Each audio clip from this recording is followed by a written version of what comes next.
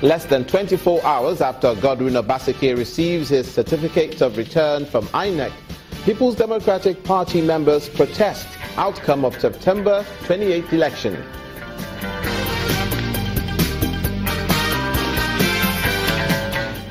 And landowners in a community in Owerri accuse Owerri Capital Development Authority of land grabbing.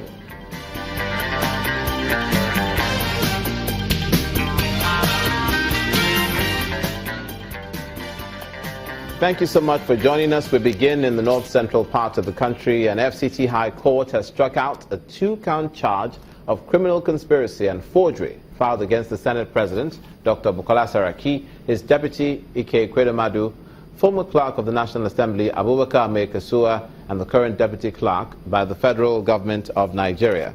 Trial Judge Justice Yusufu Halilu struck out the charges following an application by the prosecuting counsel, Mr. Aliyu Umar, withdrawing the case. Mr. Umar told the court that the charges against all 4 accused persons are withdrawn because the subject matter is before a court of coordinate jurisdiction. And with no objection from the defense counsel, Justice Yusuf struck out the charge and discharged all the accused persons.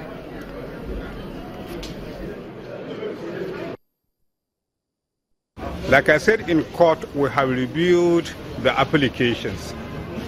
And it's true that there is a case, even though it was by a senator, challenging the Attorney General and the Inspector General of Police to investigate and prosecute this case.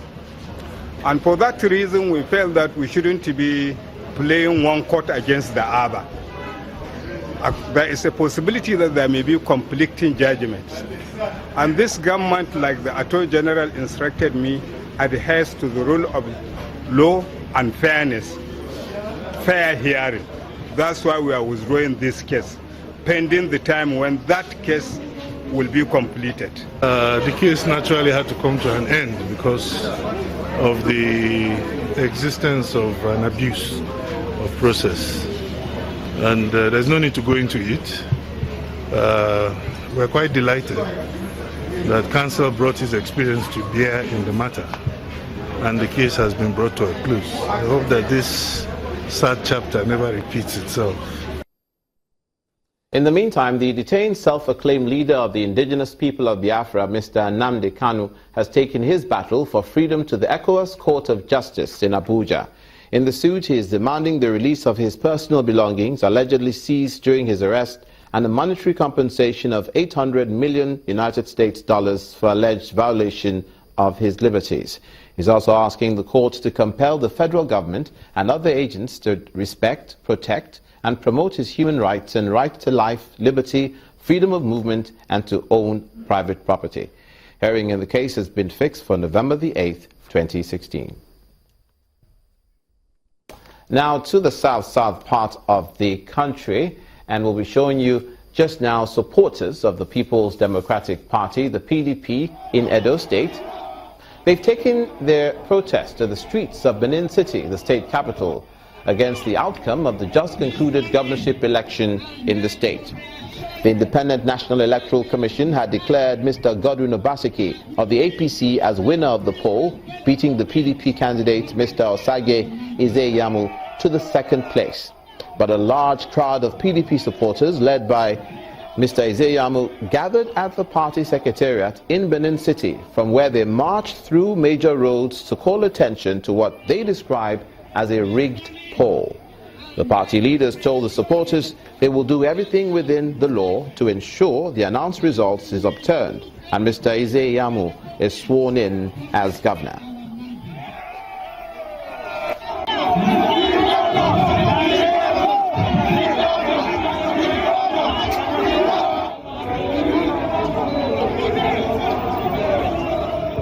Meanwhile, contrary to allegations of bias and compromise by the opposition People's Democratic Party against the Independent National Electoral Commission in the September 28th Edo State governorship election, the electoral body says the election was free and fair and was conducted in accordance with the Electoral Act guidelines. INEC National Commissioner in charge of voter education and publicity, Mr. Mr. Solomon Shoebi, told our correspondent in Kaduna that the election was not flawed with irregularities as being alleged by the PDP and its candidate, Mr. Osage Izeyamu. He says that with the peaceful conduct of the election, the Commission is determined to improve on the success during the November 26 governorship election in Ondo State. I will not join issue with people who are only restricting ourselves to the facts of the issues. But I was even shocked this morning when somebody said that elections ended by 10 o'clock and then collation was delayed for some reasons.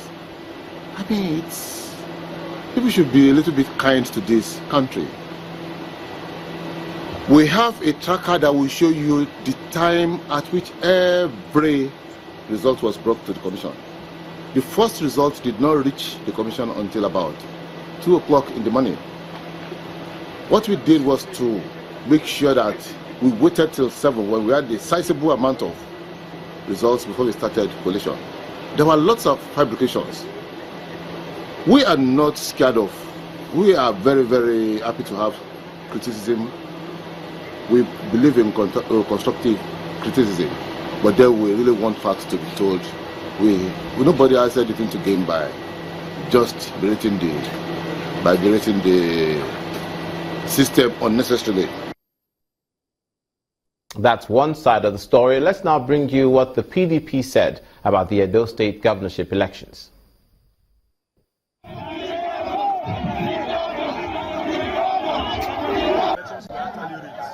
Well, we have checked the results given to our polling agents across all the units in Edo State. And from what we have seen, PDP won the election.